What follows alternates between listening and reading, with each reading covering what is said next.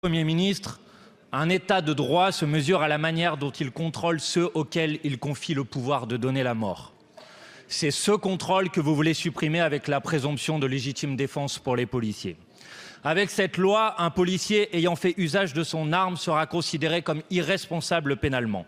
Ce ne sera plus à l'auteur du tir d'apporter la preuve qu'il a agi en état de légitime défense, mais à la victime de prouver que ce tir n'était pas conforme à la loi. La France deviendrait dès lors un pays où une mort par tir policier ne donnerait lieu à aucune enquête automatique. Donc aucune investigation immédiate pour récupérer des preuves ou des témoignages et permettre la manifestation de la vérité. L'impunité sera totale et l'injustice absolue. Cette proposition de loi est directement issue du programme de Jean-Marie Le Pen de 2007. La direction de la police nationale s'y opposait en 2012. En 2013, le Sénat dénonçait des difficultés constitutionnelles et même des risques juridiques pour les policiers. Aujourd'hui, la Commission nationale consultative des droits de l'homme pointe, je cite, le risque d'augmentation du nombre de personnes tuées ou blessées lors d'opérations de police.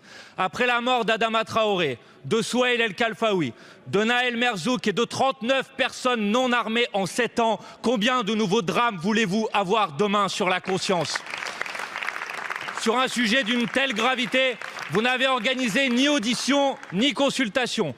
La Défenseure des droits, le Conseil de l'ordre du barreau de Paris, Amnesty International ou la Ligue des droits de l'homme dénoncent cette loi.